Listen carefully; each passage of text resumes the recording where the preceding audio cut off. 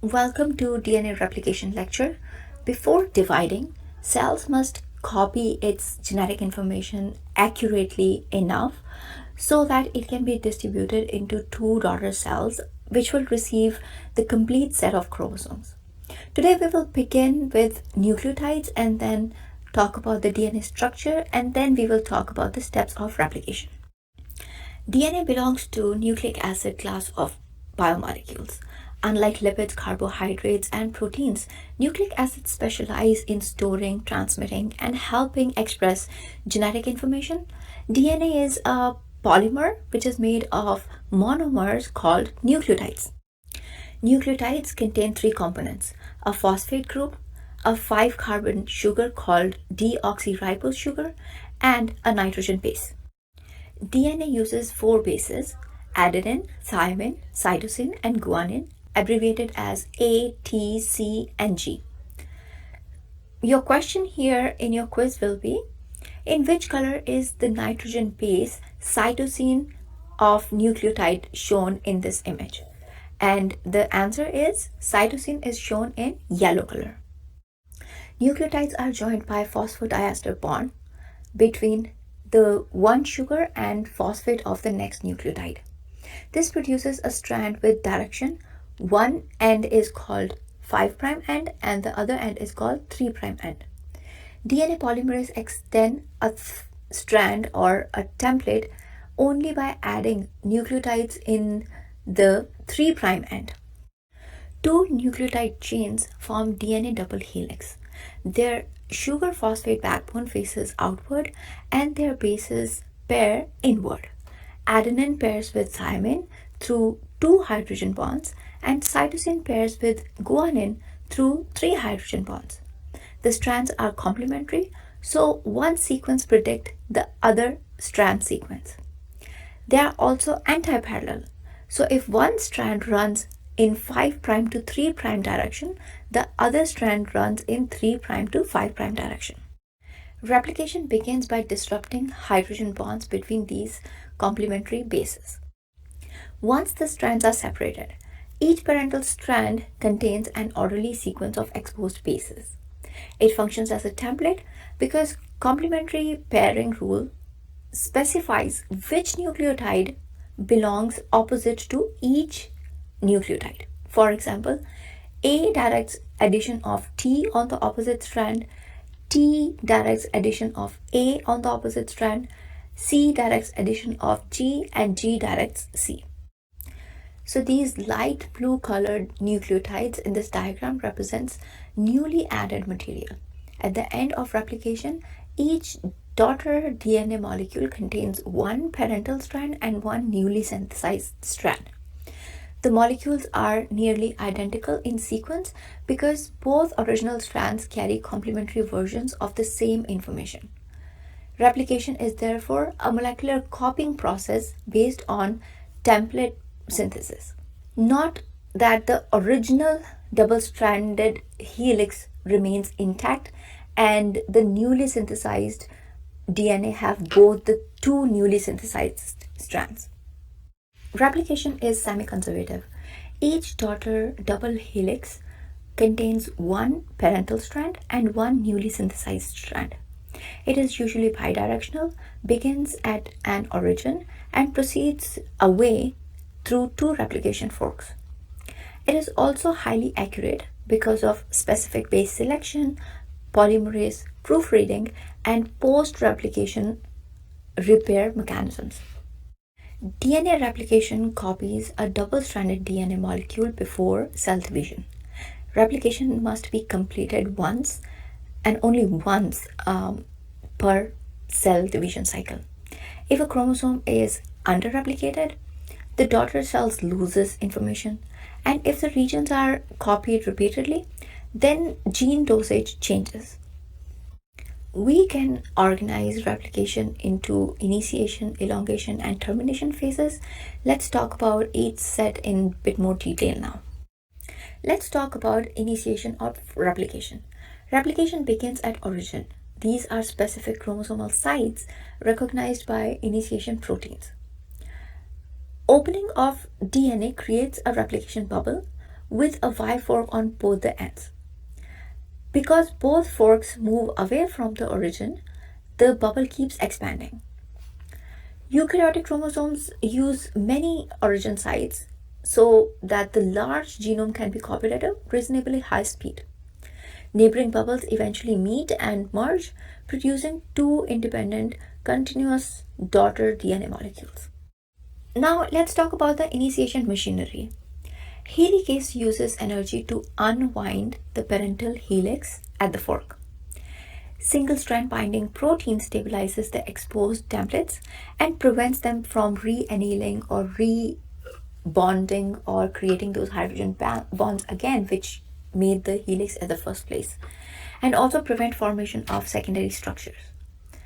Topoisomerase works ahead of helicase, temporarily cutting and rejoining these DNA strands to relieve the supercoils.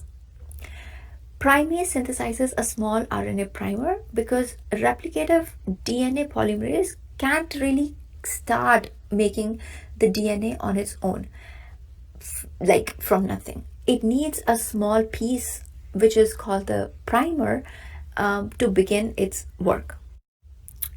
So, of these important proteins involved in DNA replication, I want you to choose the one that I'm going to mention now. So, in your list, you will have helicase, topoisomerase, DNA polymerase, and DNA ligase, and I want you to pick topoisomerase as your answer for this question.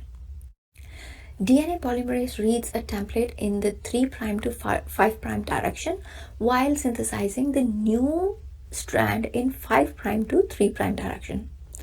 For each fork, the leading strand can be synthesized continuously towards the moving fork, while the lagging strand is synthesized discontinuously away from the fork in the form of small Okazaki strands.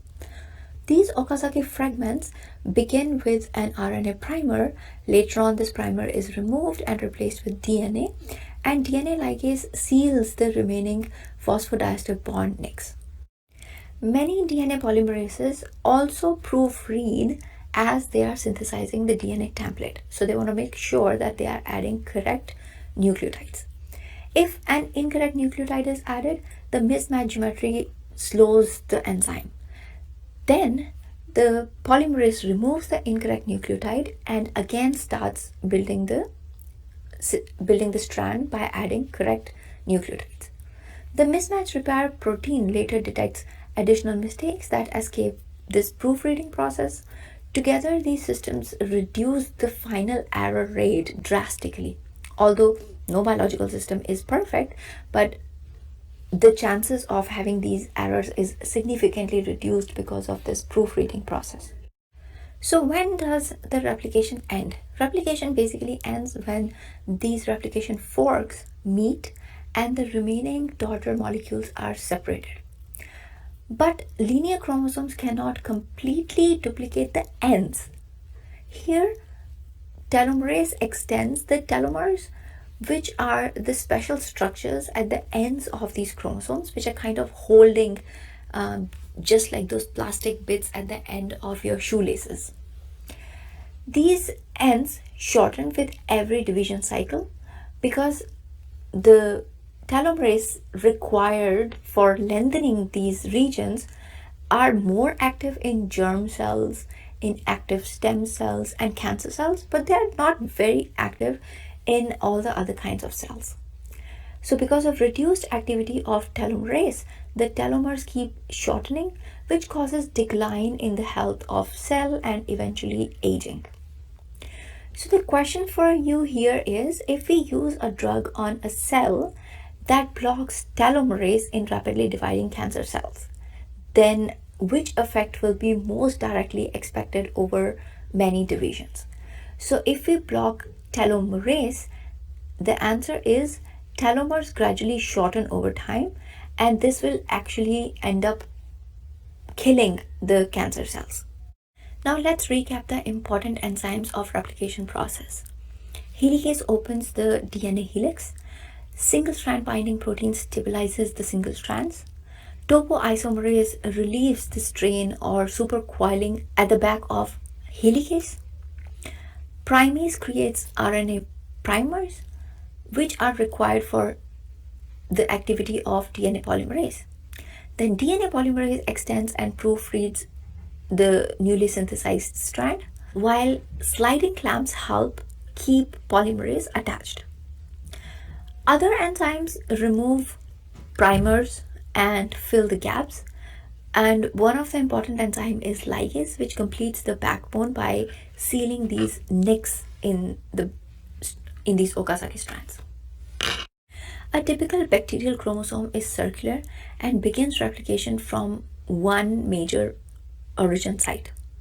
The two forks travel around the chromosome until they meet, while the eukaryotic chromosomes are linear and they are packed with histones.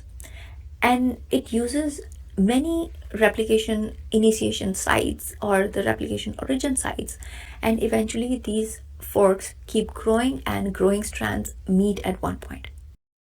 If an error escapes proofreading and repair process, it becomes a permanent mutation after another round of replication. Radiations, chemical, and other kind of environmental damages can create these mutations in the DNA structure. But replication mistakes also arise spontaneously without any environmental factor. Mutations can be harmful, neutral, or occasionally beneficial. They are not automatically always equivalent to cancer, but yes, they can also cause cancer. So the question for you here is, which nucleotide showed base pairing mismatch, which would lead to point mutation on this figure? And the answer is the gray strand is the parental strand, and you have created a mismatch at thymine. So thymine is basically the mismatch. Eventually it should be removed and replaced with cytosine. To conclude, DNA replication ensures genetic continuity. It's a highly regulated process with inbuilt proofreading mechanism. Replication is extraordinarily accurate, but sometimes some errors survive this proofreading mechanism, which leads to mutations, and that can lead to evolution or diseases. That just depends on what kind of mutation happens. The last question for you from this lecture is, the mismatch in the concluding slide was fixed by replacing. So the answer is by replacing T with C.